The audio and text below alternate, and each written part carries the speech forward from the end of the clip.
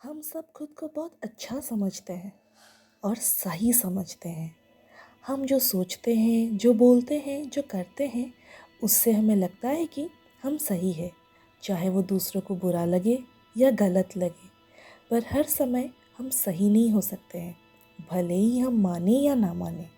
अपने विचार से फैसला लेकर हम ऐसा करते हैं। लेकिन क्या आप कभी सोचे हैं अपने बारे में, मैं क्या कर रहा हूँ, क्यों कर रहा हूँ, या तो क्या बोल रहा हूँ और क्यों बोल रहा हूँ? इससे कुछ फ़ायदा हो रहा है या कुछ नुकसान? ये सही है या गलत? और ये सब कितना सही कितना गलत है, हमें मालूम ही नहीं है। कोई हमारी सोच, काम और बातें परख रहा है। पता है कौन? हमारा मन तो किसी को भी नहीं दिखता। हम कुछ भी सोच सकते हैं। ये तो हमारी ज़िंदगी है, हम कुछ भी कर सकते हैं, ऐसा हम सोचते हैं और वैसे ही काम करते हैं। पर हमारे इस पृथ्वी, आकाश, पशु पक्षी और सारे प्राणियों के एक निर्माता भी है।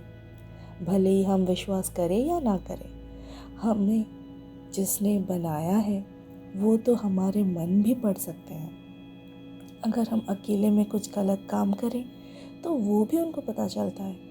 अगर हम किसी को झूठ बोले, वो भी, क्योंकि वो एकमात्र परमेश्वर है जो सर्वभूत है। मतलब वो हर जगह मौजूद होते हैं। उनसे कोई और कुछ भी नहीं छुप सकता, चाहे वो अच्छा हो या बुरा, सही हो या गलत। पवित्र शास्त्र बाइबल में नीति वचन 15:3 कहता है, प्रभु कहते हैं, यहोवा की आंखें सब स्थानों में लगी रहती है, वो बुरे भले दोनों को देखती है। तो हम भला किससे छुप सकते हैं? दूसरा, सर्वज्ञ है वो। पवित्र शास्त्र बाइबल कहता है, वो मन की गुप्त बातों को जानता है। इब्रानियों 4:13 में लिखा है, और सृष्टि की कोई वस्तु उससे छिपी नहीं है, वरन उसकी आंखों के सामने सब वस्तुएं खुली और बेपर्दा है। और तीसरा, सर्वशक्तिमान। लूका 1:37 में लिखा है, क्योंकि परमेश्वर के लिए कुछ भी असंभव नहीं है। तो सोचिए, जो सर्वभूत, सर्वज्ञ और सर्वशक्तिमान है, उनसे कोई कैसे बच सकता है?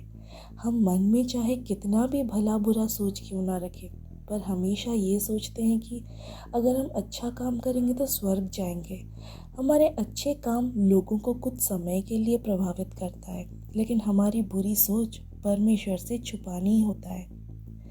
इंसान बाहरी जीवन देखता है, लेकिन परमेश्वर मन भी देखते हैं। हमने ये बुरी सोच और अच्छे काम के दिखावे से मुक्त करने के लिए उन्होंने एक मार्ग बनाया, क्योंकि वो हमारे निर्माता है।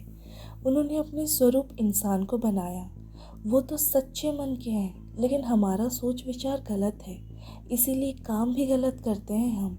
और वो सारे काम, जैसे कि व्यभिचार, मूर्ति पूजा, जादू टोना, झगड़ा, बैर, ईर्ष्या, क्रोध, विरोध, मतवालापन, दल भेद, मतभेद आदि काम करने वालों के परमेश्वर के राज्य में कोई जगह नहीं है, या परमेश्वर के राज्य के वारिस नहीं बन सकते ये लोग। इन सब से हमें बचने के लिए परमेश्वर ने अपने पुत्र यीशु मसीह को जगत में मनुष्य के रूप में भेजा है, ताकि वो इस जगत में सही जीवन जी के हम लोगों को बता सके और दिखा सके कैसे जीना होता है। क्योंकि परमेश्वर हमसे बहुत प्यार करते हैं। वो नहीं चाहते कि हम गलत जीवन जिए और नर्क में जाए।